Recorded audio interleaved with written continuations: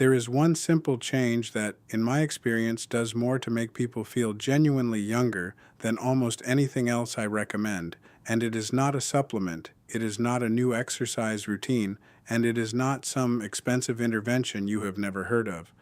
I am Dr. James Fontaine, and after 2 decades of watching patients transform or fail to transform the way they feel in their own bodies, I have come to believe this single change matters more than most of what gets talked about in the wellness world.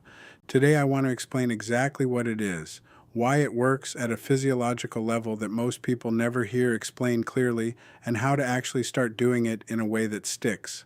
The change is this: standing up and moving for at least 2 minutes every 30 minutes throughout your day rather than sitting for long, uninterrupted stretches.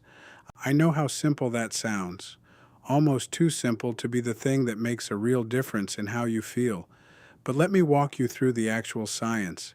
Because once you understand what is happening in your body during those long sitting stretches, you will understand exactly why this small habit has such an outsized effect on energy, joint stiffness, circulation, and what patients consistently describe to me as simply feeling younger.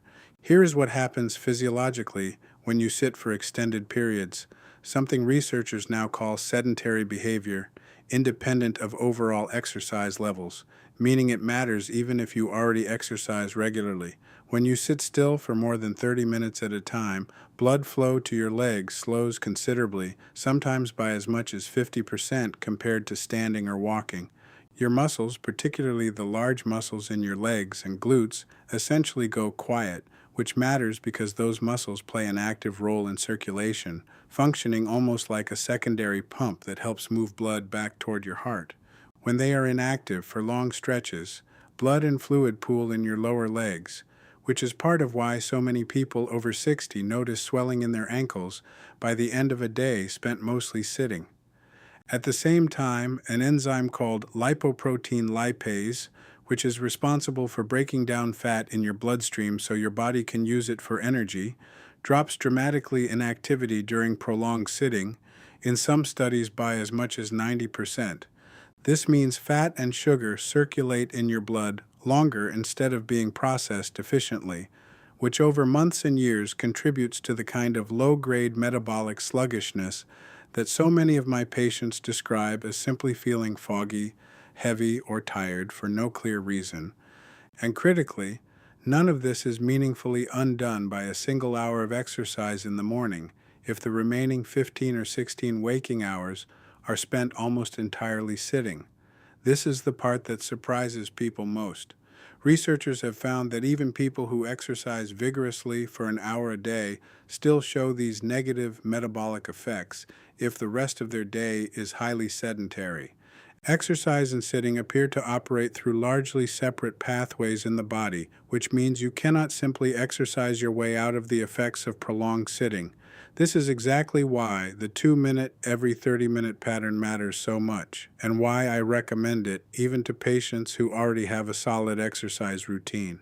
Standing up and moving even briefly reactivates those large leg muscles, restarts that lipoprotein lipase activity, and gets blood circulating properly again before it has a chance to pool and stagnate. You do not need to do jumping jacks or go for a walk around the block. Standing up, doing a few gentle marches in place, reaching overhead, walking to refill a glass of water, even just standing while you finish a phone call, all of it is enough to interrupt the physiological effects of prolonged stillness. I want to explain why this matters even more specifically after 60, because the effects of prolonged sitting compound with age-related changes that are already working against you. Joint stiffness, particularly in the hips, knees, and lower back, tends to increase with prolonged immobility at any age, but the recovery time after a long sedentary stretch tends to lengthen as we get older. In your 30s, standing up after an hour of sitting might produce a brief moment of stiffness that resolves in a few steps. Past 60, that same hour of sitting can produce stiffness that takes several minutes to work out, and if you never break up the sitting in the first place, that stiffness compounds throughout the day, which is a huge part of why so many patients tell me they feel worse by evening than they did in the morning, even on days when they did not do anything particularly strenuous. There is also a balance component to this that I think does not get discussed enough. Regularly standing up and moving, even briefly, keeps the small, stabilizing muscles around your ankles, knees, and hips engaged throughout the day. When those muscles go completely dormant for hours at a time, they lose responsiveness. And that loss of responsiveness is part of what contributes to the increased fall risk we see in patients who lead highly sedentary lifestyles. This is not about building strength in the traditional sense. It is about keeping the neuromuscular pathways that control balance and stability active and practiced throughout the day, rather than only during a single dedicated exercise session. Let me tell you about a patient who illustrates this particularly well. A retired engineer named Walter, 71 years old, came to me describing what he called a slow decline, feeling stiffer, more tired, less like himself over the previous couple of years, despite walking on his treadmill for 30 minutes most mornings. When I asked him to describe the rest of his day, the picture became clear immediately. He read, did crossword puzzles, and worked on financial spreadsheets for hours at a stretch, often not standing up for 2 or 3 hours at a time outside of his morning walk. We did not change his treadmill routine at all. We simply had him set a timer to stand and move for 2 minutes every 30 minutes throughout his day. Within about 3 weeks, he told me, almost surprised by his own words, that he felt like he had gotten 10 years younger. His joints were less stiff by evening. His energy felt more consistent throughout the day instead of crashing in the afternoon, and he mentioned, almost as an aside, that his ankle swelling by dinner time had noticeably improved as well. I want to be honest about why I think this particular change tends to produce such a noticeable shift in how people feel, more than many other recommendations I make. Most health advice asks people to add something significant to their day, a new exercise class, a new supplement regimen, a new diet to follow. Significant additions require significant willpower, and willpower is a limited resource that tends to run out, especially when a new habit feels effortful every single time you do it. The 2-minute movement break asks for almost nothing. It fits inside a day you are already living. It requires no special equipment, no travel, no planning, and because it happens every 30 minutes rather than once a day, it does not rely on remembering to do one big thing. It relies on a simple recurring cue, and cues are far easier to sustain than willpower. I do want to address a practical concern because I hear it constantly from patients when I first suggest this. People worry that standing up every 30 minutes will be disruptive, whether they are working, reading, or simply relaxing. In practice, almost every patient who tries this for even a week tells me the opposite. The brief break actually improves focus and reduces the mental fog that tends to build up during long, uninterrupted sitting. You are not losing 30 minutes of productivity. You are gaining a 2-minute reset that makes the following 30 minutes noticeably more comfortable and alert. For anyone wondering how to actually implement this without constantly checking a clock, I recommend a simple timer, either on your phone or a small kitchen timer kept nearby, set to 30 minutes, that you reset each time it goes off. Some patients prefer to tie it to something they are already doing regularly, standing up during every commercial break if they watch television, or standing up at the end of every full page if they are reading, rather than watching a clock directly. The specific method matters far less than the consistency of interrupting long sedentary stretches throughout your day, every single day, not just on days you remember to exercise.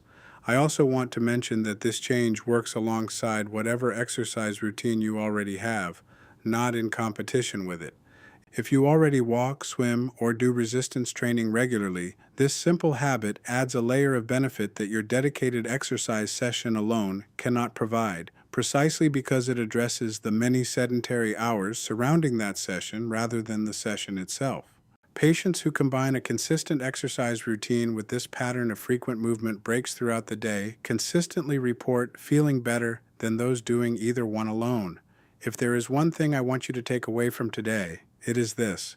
You do not need a dramatic overhaul to feel meaningfully younger in your own body. You need to stop asking your body to sit motionless for hours at a stretch and start giving it small, frequent reminders that it is still meant to move. Set a timer today, stand up every 30 minutes, Walk to the kitchen, stretch your arms overhead, march in place for 2 minutes. It costs you nothing and it asks very little, and in my experience, it is one of the most reliably effective changes I have ever recommended to a patient who simply wants to feel like themselves again. I want to share one more piece of this because I think it explains why so many people over 60 describe their energy as unpredictable, good some days, and inexplicably poor on others, without any clear pattern they can point to. When I go through a week with a patient in detail, the days they describe as their worst are almost always the days with the longest uninterrupted sitting stretches, a long car ride, an afternoon of paperwork, hours spent on a phone call or reading. The days they describe as their best are almost always the days that happen to involve more natural movement, errands, a longer walk, time spent in the garden. Most patients have never connected these dots themselves because the fatigue from prolonged sitting does not feel dramatic in the moment. It builds slowly, quietly, and by the time you notice it as low energy in the evening, the actual cause, hours of stillness earlier in the day, feels too far removed to connect to how you are currently feeling. Once you start deliberately breaking up your sitting time, that unpredictability tends to disappear because you are no longer accidentally creating the conditions for that afternoon crash in the first place.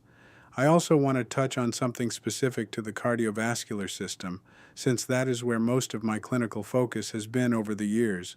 Prolonged sitting does not just affect how you feel day to day, it has measurable effects on blood pressure regulation over time as well. The reduced circulation and reduced muscle activity I described earlier place additional demand on your heart to maintain adequate blood flow throughout your body, and chronic long-term sedentary behavior has been associated in research with higher resting blood pressure independent of overall fitness level and independent of diet. This is part of why I bring this recommendation into nearly every conversation I have with patients about their heart health, even patients who are already doing everything else right.